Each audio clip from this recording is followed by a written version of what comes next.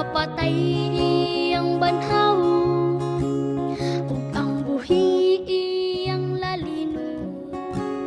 Pagkatahon nga huna-hunaon, kita ni Kristo iyang sugaton.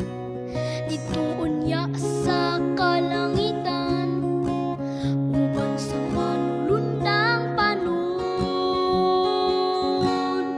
Bulahan ang makaambit sa naunang pagkabanhaw, kamatayon wa na'y dapit, kay mamakwit naman sa langit.